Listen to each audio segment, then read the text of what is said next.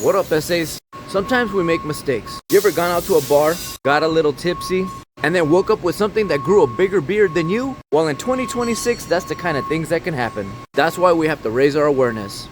So I created 3 charts in order to give a rating to any electrical repair. In today's repair, we're going to be swapping out this keyed switch. But I'm going to be removing the key and just installing a basic selector switch.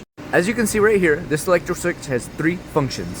In the middle, the selector switch is off. To the left, the selector switch has a function. And to the right, the selector switch has a function. 3 function selector switch, or 3 position. So let's see what the rating system says about this. So for this rating system, we're going to go to industrial since we're in an industrial environment. And these selector switches are more of an industrial switch than a residential or commercial. So as far as device complexity, I'm going to give it a level 1, basic industrial devices. Limit switches, sensors, or switches. And for the work complexity level, I'm going to give it a level 1, easy industrial access.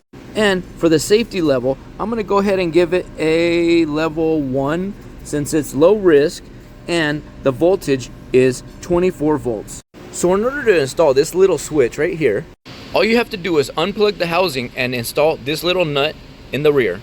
And nuts in the rear is another highlight of 2026. So in order to install this switch, we need to remove these 4 bolts and pull off this cover plate. Another cover plate is free, and the wiring is in the back. So here we have the cover plate right here on the bench, and you just flip it over and just remove the nut of the broken switch. And there it is, broken switch removed. But we're going to save the tag because we need the indication of what this switch actually does. Then I'm going to insert my new switch in the tag and put it back in its housing. And then you just place the nut in order to hold it securely in place.